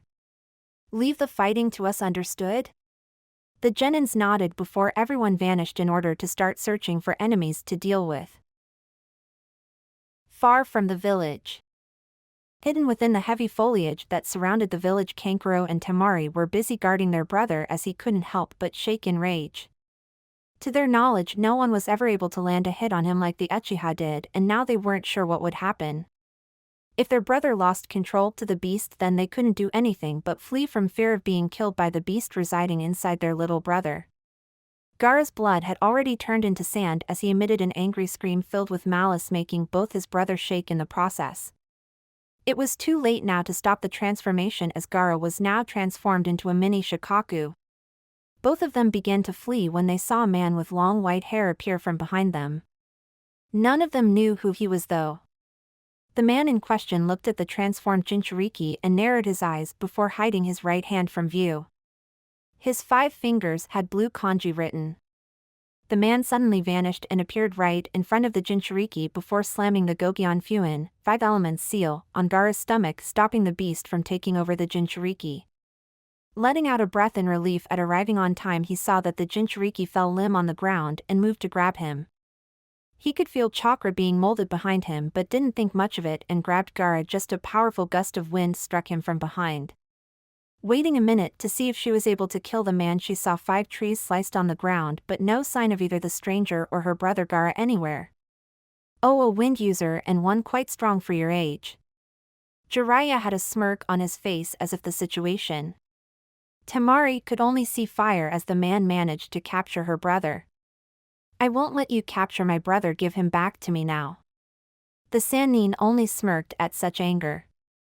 Whoever said that you wouldn't be captured as well? The girl looked at him for a while before her eyes widened at a new presence from behind.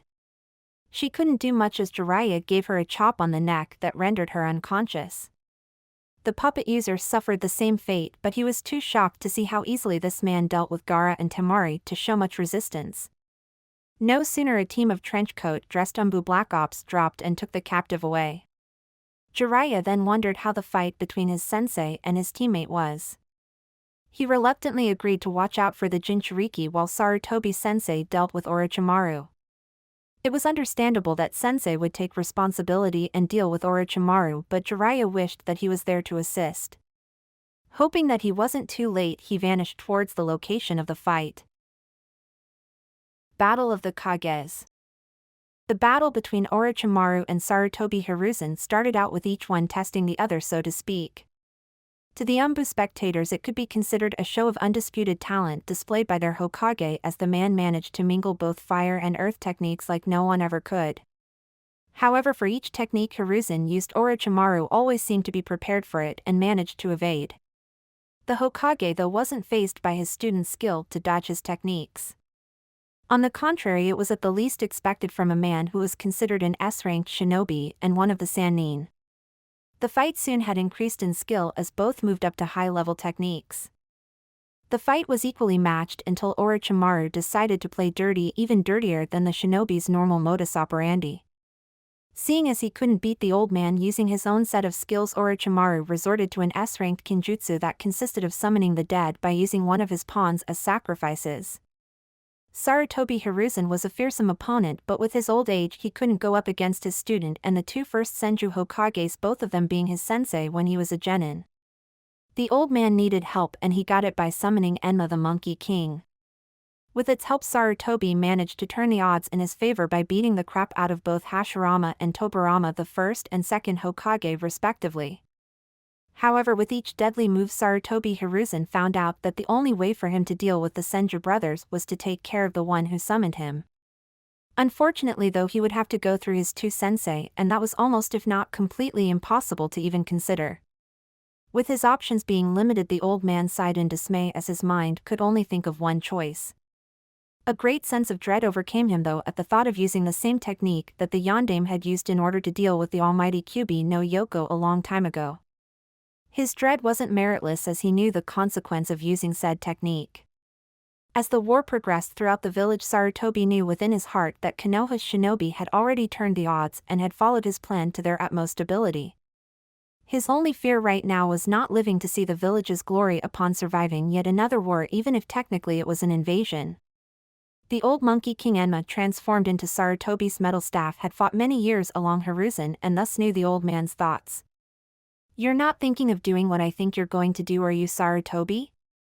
A tired smile was evident on Hiruzen's face as his partner knew him so well. "The reason this village has withstood so many battles, my dear friend, was not because of a single man but everyone. The only way I could beat Orochimaru is by using the Shiki Fujin." Hiruzen could hear a snarl coming from his staff, but his partner knew as much as he did that this was the only way. Enma snarled in anger for the only reason of venting out his frustrations of not being able to do anything to stop his partner from sacrificing himself in order to stop this threat. Throughout the village's history, no Kage managed to live long enough to step down from his position and nominate a successor. The only one to do that was the Sandaime, but because of the Kyuubi, his successor ended up sacrificing himself, thus repeating the curse of the Hokage's position. With Jiraiya. It didn't take long for the Sannin to reach the place of the battle, as he observed a team of Umbu Black Ops just stationed there just behind what appeared to be a barrier made of purple-like energy. Almost on the verge of asking why they were just standing there, Jiraiya had refrained from doing so, as these guys wore those masks for no other reason than their commitment to the village's welfare as well as the Hokage's. Jiraiya knew that if there was any opening, these guys would exploit it. He could see how the battlefield was changed, and even the two new members of the battle. His old sensei was strong and Orochimaru knew he couldn't beat the old man alone. But now it fell to him to do something about this. He had enough experience under his belt to know that the barrier in front of him was a Kekai ninjutsu, barrier ninjutsu, technique. And like every barrier, if he could match the amount of chakra used to create the technique, he could disrupt it quite easily through the use of Fuinjutsu. A smirk suddenly appeared as he considered one of the last projects he created alongside his old student, the Yondaime Hokage. He could see the 4 pillars of the technique were actually Orochimaru's goons maintaining it. He knew that the amount of chakra and the chakra control necessary to maintain the barrier would eventually tire them, but he knew that Orochimaru knew this as well. The snake must have calculated the time he had to deal with the old man. However, Jiraiya knew his old teammate wasn't counting on his presence there, as he was quite crafty in the world of seals. With one finger glowing, Jiraiya quickly devised the design of his own seal, drawing identical kanjis in a lozenge shape. The sound for the ones responsible for the barrier looked at Jiraiya with curious expressions. They couldn't do anything to stop him, as one single movement would disrupt the barrier. As soon as Jiraiya had written the last kanji near the Umbu's side, he asked them to approach so that he could give his orders to them. This move had to be precise in order to work. "Okay guys, as skilled as I expect you to be, you'll help me in disrupting the barrier." The look of shock was evident even with the masks, but Jiraiya ignored it in favor of explaining.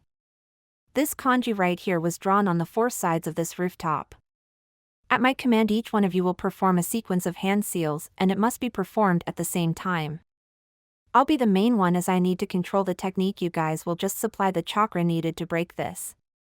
Jiraiya explained them their hand seal sequence before the Umbus got into position at the designated spots. The 3 Umbus started their hand seals before they slammed both hands on the seal drawn by Jiraiya as they molded the necessary amount of chakra. Instantly a white light appeared on the first man and traveled towards the second Umbu. Said light remained there, and a second light moved from the second to the third and rested there as well. Another soon appeared from the third and rested on Jiraiya's position while he was busy making a long and intricate sequence of hand seals. After molding the necessary chakra, he placed his hands on his seal, thus creating the 4th light that left him and rested on the first Umbu member. Fuinjutsu Kekai Cha-Cha no Jutsu, Sealing Arts Barrier Disruption Technique. The lozenge was thus formed and started glowing before all 4 lights rose at the sky, engulfing the purple barrier. For a while both Fuinjutsu techniques stood there battling for power, but the Sound 4 weren't as chakra resourceful as a Sannin and 3 Umbu Black Ops. Added to the fact that they'd been maintaining the barrier for a longer period of time, the battle didn't take long and the purple barrier was lifted, surprising the ones in it. Hiruzen had already summoned 3 Kage Bunshins to aid him in sealing everyone with the Shiki Fujin when he saw the barrier being lifted. Orochimaru cursed Jiraiya like he never had before just as the Umbu Black Ops rushed inside to save their Hokage. Jiraiya appeared inside as well, looking rather smug as he saw the furious look displayed by Orochimaru. The snake Sannin for his part snarled, since the odds turned once more and there was nothing standing between the entire force of the Konoha Umbu and him. The Senju brothers were by now dissolving, all because of Orochimaru's short supply of chakra to maintain them alive for long. He had to flee. The Sound 4 all used smoke bombs before gathering their leader and making a break for it. The Umbus were about to give chase, but they were mostly concerned with their Hokage's well-being. The man looked at his student and smiled before closing his eyes in pure exhaustion. A good sleep would do him wonders, as he was now relieved that Konoha won another round and he was still alive to see it through.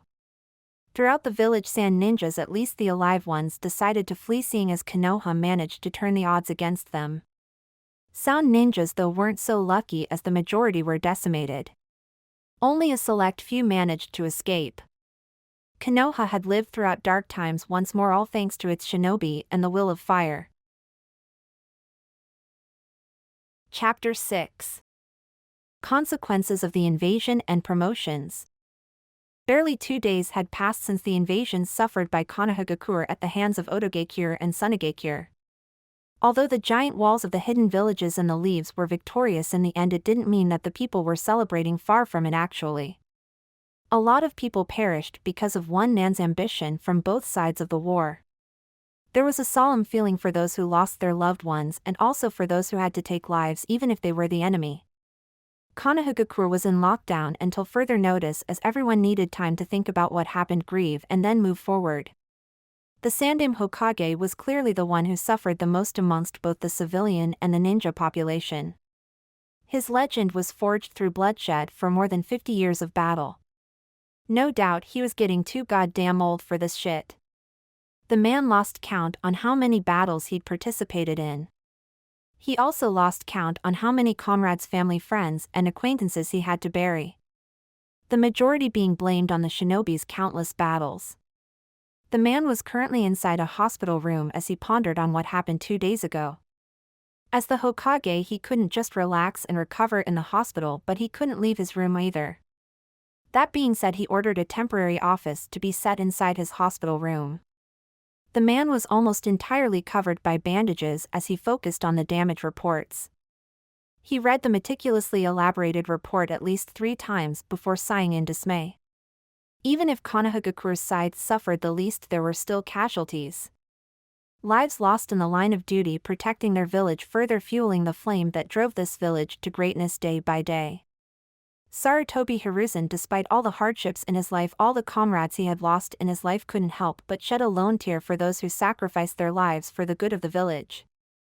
It was for men like these that he could find the strength to rule this village despite his old age. He knew he needed a replacement now more than ever, and this would be one of his tasks until he was out of the hospital. There was no pain that dug further than the realization that he just wasn't in his prime anymore. He needed to think of suitable replacements, and now it was the time. His mind immediately went to an elite jounin and prized student of the deceased Yondaime Hokage. Hatake Kakashi was the living embodiment of everything this village needed for the position of Godaime Hokage. Admittedly, Sarutobi wished the man was at least 5 years older in terms of experience, but the Second Shinobi Great War gave him all the experience he needed. Every leader had one vital goal in life besides leading his people to the best of his knowledge: train a suitable successor. Orochimaru was the third, even if he decided against it in the end. Sarutobi had no doubt in his mind that had the Yondaime not sacrificed himself to get rid of the Kyuubi, he would be grooming Kakashi for the position right now. The son of the legendary White Fang had everything. A reputation bearing on S-ranked according to the bingo book, the vitality of youth, skills that far exceeded a normal jounin's imagination, and of course the implanted Sharingan on his right socket that gave him the reputation of Sharingan no Kakashi. Sarutobi of course had 2 other names to consider. Aside from Orochimaru, both Jiraiya and Tsunade had both the political and shinobi reputations to rule this village. However, like Orochimaru, both Jiraiya and Tsunade had flaws that Kakashi didn't share. All 4 of them suffered, goddamn if Sarutobi didn't recognize it. Orochimaru had lost his parents when he was young and suffered a great deal of trauma because of it. He became delusional and became a criminal of the worst kind. Jiraiya's pain was the loss of his favorite student and son figure Namake's Minato. Sarutobi knew the man never got over the loss of the Yondaime. He even suspected that the reason his student didn't take on young Naruto was because the boy reminded him too much of whom he lost. A Hokage couldn't afford to let weakness cloud his judgment. Plus, Jiraiya was so far engrossed in his spy network that it would be a loss to Konoha if he was trapped behind a desk. Tsunade was actually the only one of the Sannin nowadays that was Hokage material. However, the loss of her soon-to-be husband and brother had ruined her life badly. Compared to the Sannin, Kakashi had lost a lot as well, beginning with his father committing suicide after a failed S-ranked mission. To this day, Sarutobi mourned Hatake Tsukumo's decision to commit suicide. The man would certainly be an even greater legend than he was at the time of his prime. Tsukumo was a man that always preferred the battlefield rather than being stuck behind a desk. He was considered by the Sandaime a long time ago for the position of Hokage together with Orochimaru and Minato. Tsukumo refused, though, saying that he belonged in the battlefield. Hatake Kakashi was merely an academy student when his father perished. The last descendant of the Hatake clan took his father's suicide and improved in his career. The boy was an Umbu captain when he was the same age as the Genins nowadays. His second greatest pain was also his prized strength, the acquisition of his Sharingan. There was no doubt in his mind that Kakashi was the future Godaime Hokage. Sarutobi knew the time to step down was upon him. Actually, said time happened almost 13 years ago, but he had to regain his throne once more. Sarutobi loved the village too much to simply step down and retire. He figured that Kakashi-kun could use some help in political affairs. Like Kakashi's promotion from elite jounin to Hokage, Sarutobi needed to address the necessity of replacing the chunin he had lost because of the invasion. No doubt the answer to his problem was to focus on the chunin exams as well as the reports given by the umbu of the chunin applicants' field test. In this field, a proud smile could be seen from the old warrior's face as he considered the new generation of shinobi and their accomplishments thus far. He knew down to a certainty the crops of chunin applicants were all impressive shinobi and would only grow in the future. The invasion ended up ruining their chances of the genins showing their skills, but Sarutobi knew their worth. The reports of their abilities in the invasion showed him that. Two names immediately popped in his mind, and one of them was his grandson figure Uzumaki Naruto. His heart was filled with pride at the blonde's displayed ability, and he knew he did the right thing placing Anko as his tutor for the month. Naruto's untapped potential wouldn't be as thoroughly achieved with a jounin that focused on theoretical work alone. Now Sarutobi imagined great things for the boy. Another name was the last descendant of the Uchiha clan, Sasuke Uchiha. Everyone had a lot of opinions concerning his mental stability after what his older brother did a long time ago. With that said, people often wondered that given the situation Sasuke would prefer stepping on others in order to grow in strength. The reports he received, however, told him another story, a cooperative Sasuke leading a team of genin throughout a tough situation and beating enemies that were chunin level. Sarutobi knew the boy already had the skills to become a chunin.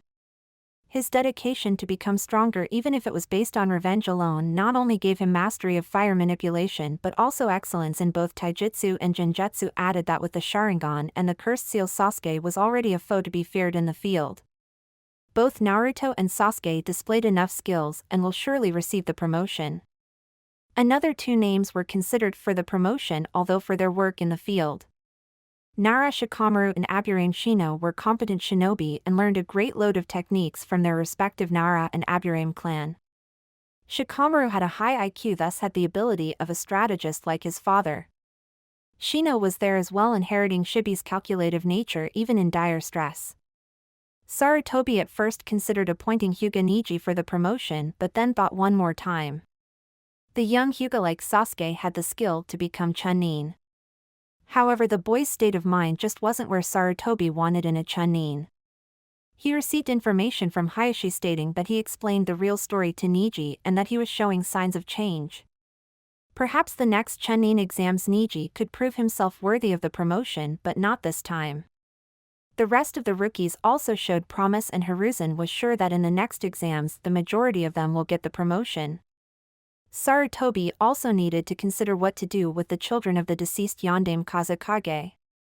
Tsunagakure was being manipulated by Orochimaru, so it was decided that Konoha wouldn't retaliate against them. The Suna Council had already agreed to any form of compensation for the damages, so Sarutobi considered ordering a team tomorrow to take the three Sabaku children towards Tsunagakure.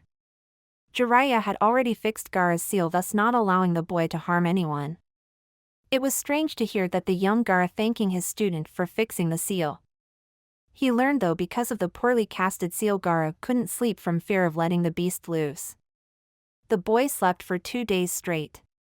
Scratching the chunin replacements off his agenda, it was now time to fix some infrastructural flaws in the village, starting with the place he was right now. Usually there were no complaints with the hospital system, at least not a specific amount that would concern a leader.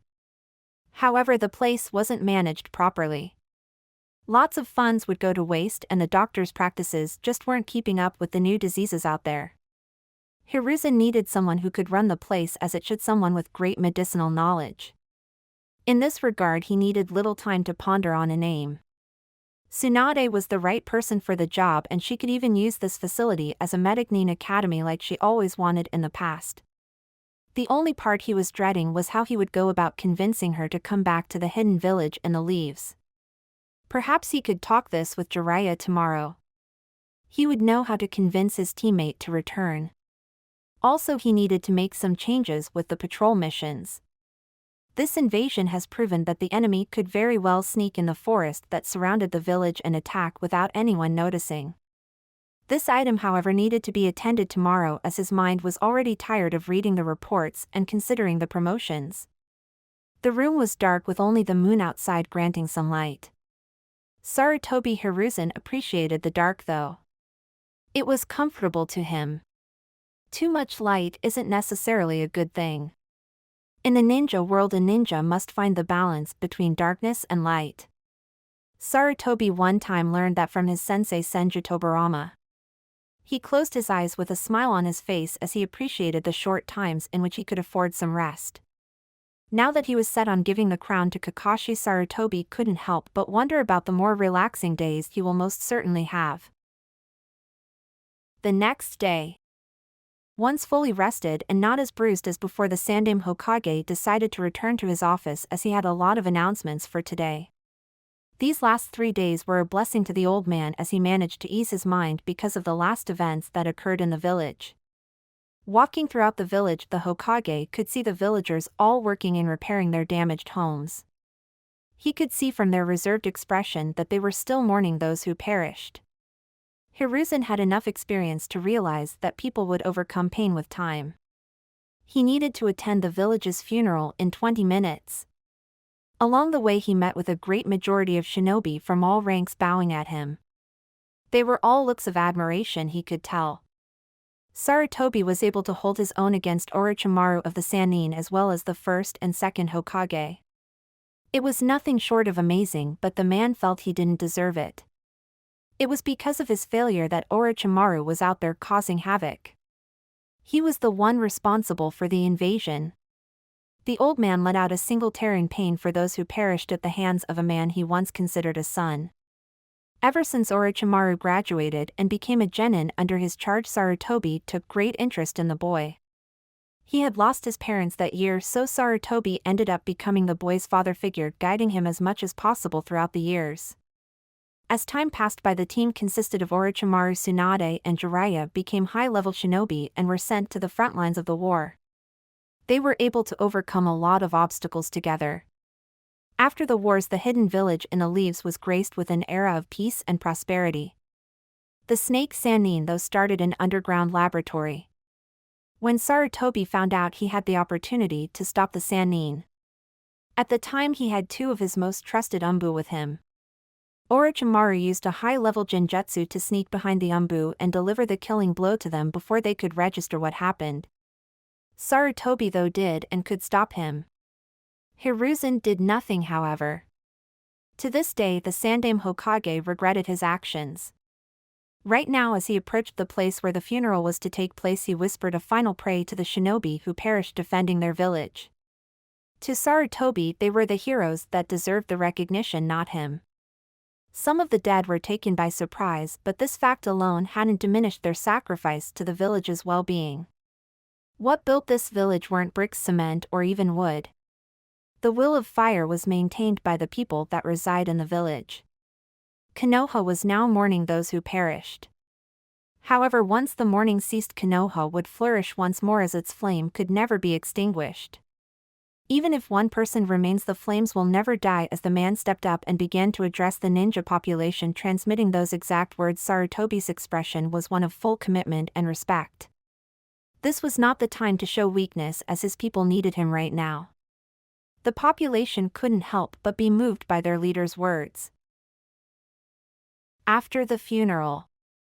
Once the funeral was dealt with, Sarutobi was now meeting with a few important people, namely his teammates, the Umbu commander and the Jounin commander Narashikaku.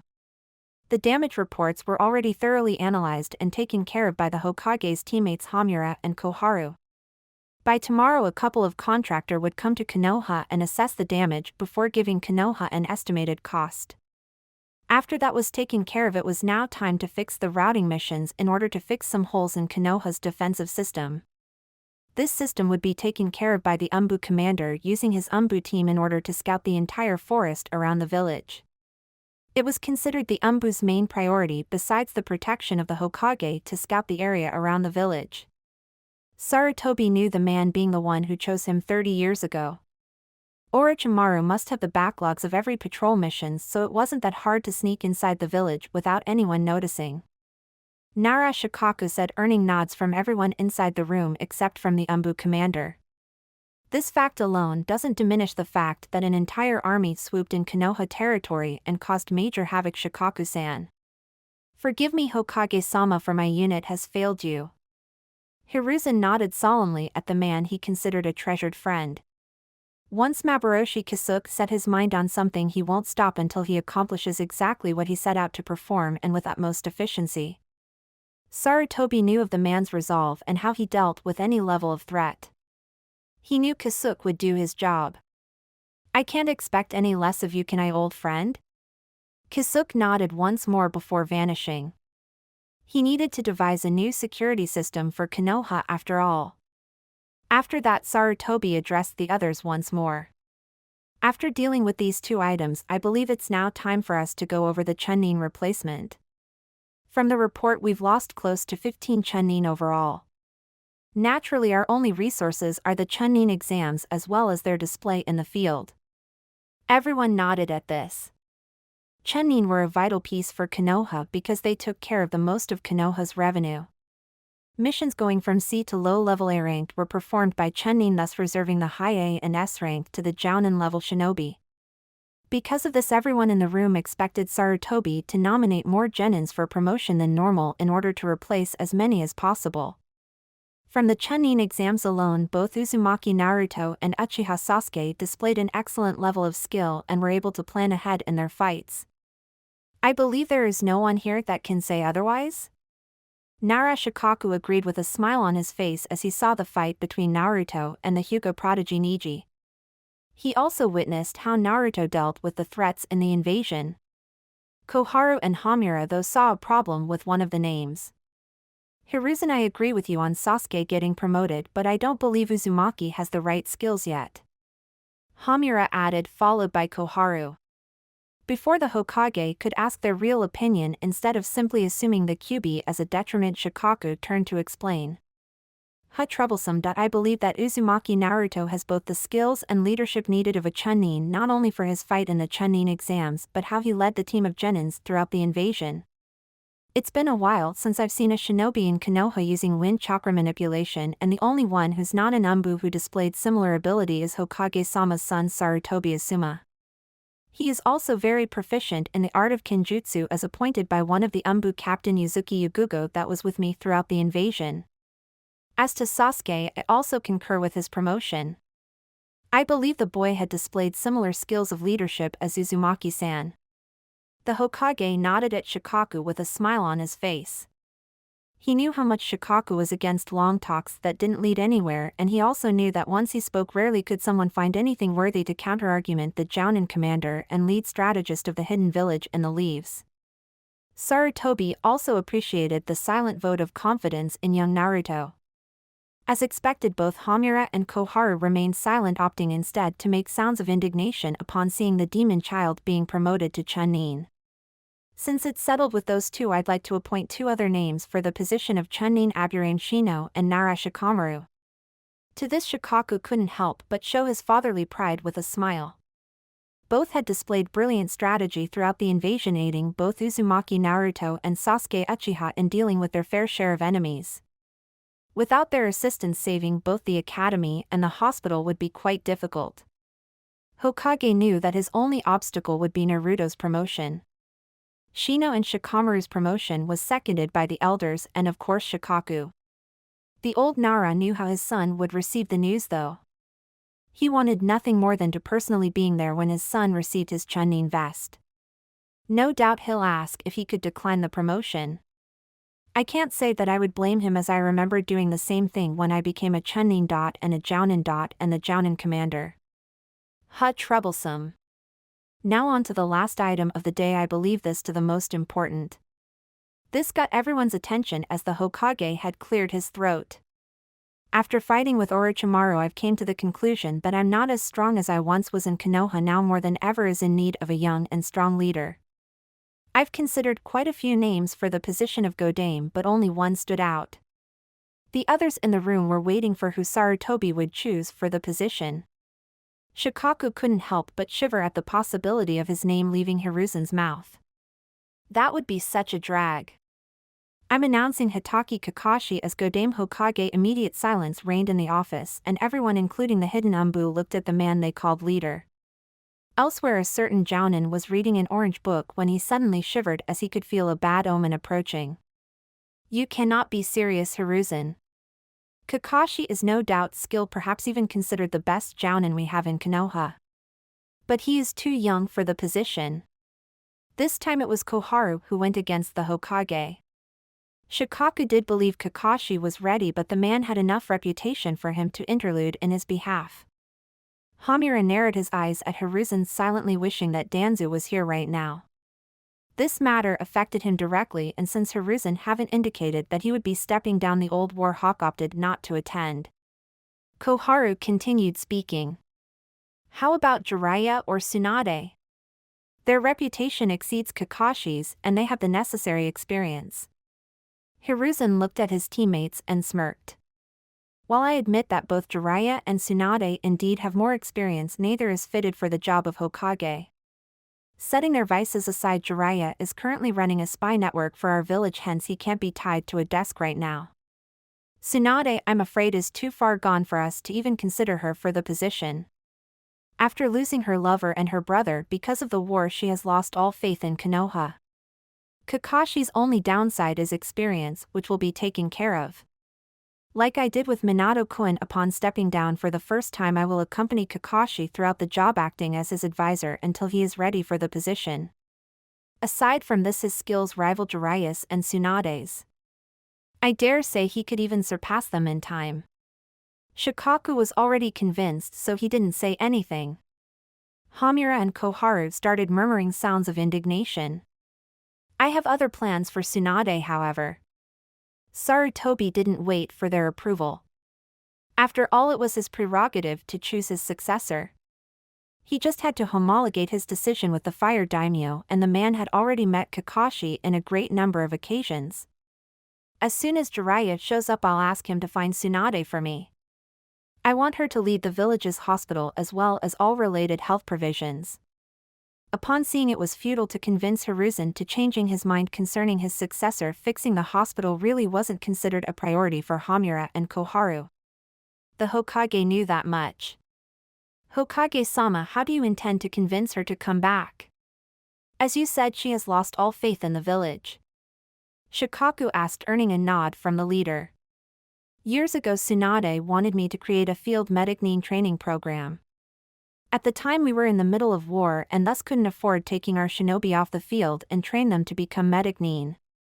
Now we have both time and resources for her to create said program. This generation has a lot of shinobi with excellent chakra control that could apply to the program. If she's successful, then perhaps we can incorporate field medic nin into missions, thus avoiding more deaths among our shinobi. Shikaku nodded. Convincing that woman to come back was considered quite a troublesome assignment, but the man didn't worry. It wasn't his assignment after all. Well then, since we've pretty much concluded here, everyone is dismissed. They nodded and left the room, leaving Hiruzen alone in his office aside from the hidden Umbu. The Hokage knew he wasn't alone though. I hope you bear no ill will over my decision to give the mantle to Kakashi Jiraiya. The pervert suddenly appeared on the room's opposite wall with a smirk on his face. I would have if you considered me for the job. I would go for Tsunade, but I can see your point. Kakashi is a fine choice for Hokage, though his habit of tardiness will have to diminish. Do you think she will want to return to Konoha after hearing about your idea? She has denied all of our attempts in convincing her since she left with her niece Shizune. Hiruzen sighed in dismay, but he knew the pervert was right. The only downside of his plan was to convince Tsunade to return. I admit that it will be hard, but I have to try anyway. This time though, don't waste your time trying to convince her. The last time you tried, she almost broke your spinal cord. To this day, Hiruzen didn't know what Jiraiya said to Tsunade that infuriated the woman so much.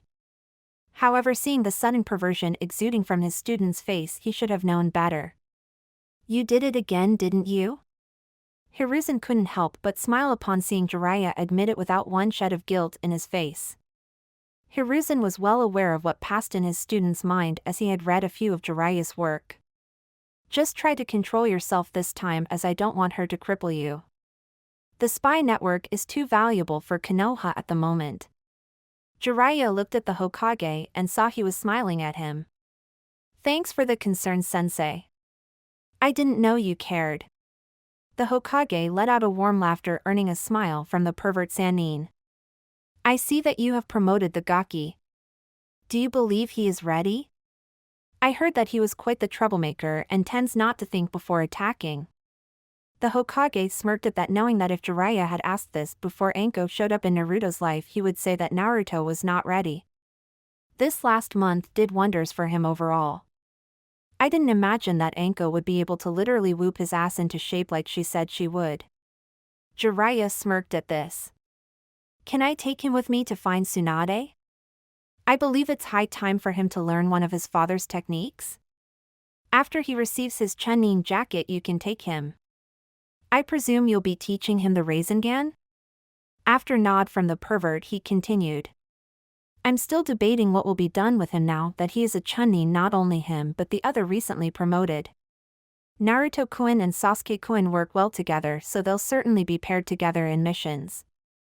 Their elements complement each other, so I believe they'll be a dangerous force in the future, more so than there are now. In fact, I believe it's best if you took both Sasuke and Naruto with you. Perhaps Sasuke's Sharingan can better help you find Tsunade. To this, Jiraiya frowned. Just what I'm supposed to do with the pompous Uchiha anyway? Hiruzen snorted at Jiraiya's indignation. He knew the man just wanted to spend time with his godson. This mission I'm issuing to you three can surely take quite a long time to finish. In the meantime, you could train both of them together. You can teach Naruto the Rasengan as well as increment his wind manipulation ability. To Sasuke, you could teach him a couple of fire techniques. Furthermore, you could place them against each other and give them some pointers in taijutsu. Both of them are rather greedy to fight and improve Jiraiya. Sasuke tries to hide it more than Naruto, but upon the prospect of getting stronger, neither can hide it so much. Jiraiya knew something was up aside from a certain need to train the Uchiha. What is it that you're aiming at, sensei? I know it isn't only to train Sasuke. Hiruzen nodded with a proud smirk. He trained his students well in the arts of deception. Sasuke is still targeted by Orochimaru because of the cursed seal placed on him. Right now Kakashi is tasked with keeping tabs on him, but with the man becoming Hokage, the job of keeping tabs will be with you until the mission is over. It's my hope to increase the bond between him and Naruto that I can pass the job to him from now on. In time, I hope that both will find in each other a level beyond that of mere teammates. As I understood from your last report, Naruto is also targeted by that organization Akatsuki, if my memory is not failing me. This way. Naruto helps Sasuke and Sasuke helps Naruto. Jiraiya finished Hiruzen's speech, earning a nod from the leader. What about their cursed seals? I took a great gamble in allowing them to use it. The full effects so far are still unknown. If Sasuke learns how to control it, then he can learn how to cancel Orochimaru's dark influence on him. It's actually another reason why I want those two together. The cursed seal is one more fact they share. Jiraiya nodded, believing that the old man have considered pretty much everything and planned ahead. Also, if the cursed seal becomes a liability, Jiraiya will be there to place a new seal on Sasuke to control the cursed seal's influence. Well, seeing that is settled, I'll take my leave then. Lots of research in my agenda, sensei. Jiraiya said with a perverted face before vanishing from the office. This time alone, the Hokage couldn't help but smile. It won't take long until I receive the first complaints. Seeing that he had mission reports to read and other related assignments, the Hokage had postponed the Chunin and Hokage promotions for tomorrow. He couldn't help but smile in anticipation upon seeing the look on Kakashi's face when he hears the good news. In a relaxed tone, Hiruzen went through the mission reports for a good 2 hours before leaving his office for the day. He certainly needed as much energy as possible for tomorrow. As the Hokage calmly walked throughout the village, he quietly absorbed the nice view of the night sky while relaxing at the gentle breeze. It was quite inebriating, this feeling he had every time Konoha passed through an obstacle, mostly unscathed. Even if some perished, he was content that the great majority were saved to live once more. After 10 minutes of walking, the old man lifted his head and looked at the Hokage monument, more directly at the first and second Hokage's heads. I hope that you two are proud of how strong our will of fire has become. Hashirama-sensei, Tobirama-sensei. As if on cue with Hiruzen's thoughts, 2 stars in the sky suddenly sparkled once. Hiruzen smirked and continued his path towards his house. He suddenly narrowed his eyes upon feeling a presence behind him. He certainly not missed this man at the meeting today, as it went much smoother than it would be had Danzu been there. Turning to see the old war hawk, he suddenly had the need to smirk in victory. Danzu was a shinobi in his mannerisms as well. He managed to mask even his indignation, but Hiruzen has known the man for a long time and knew where to look. Hiruzen. Danzu greeted his old-time rival. Danzu, it's nice to see you again. It's been a long time, hasn't it?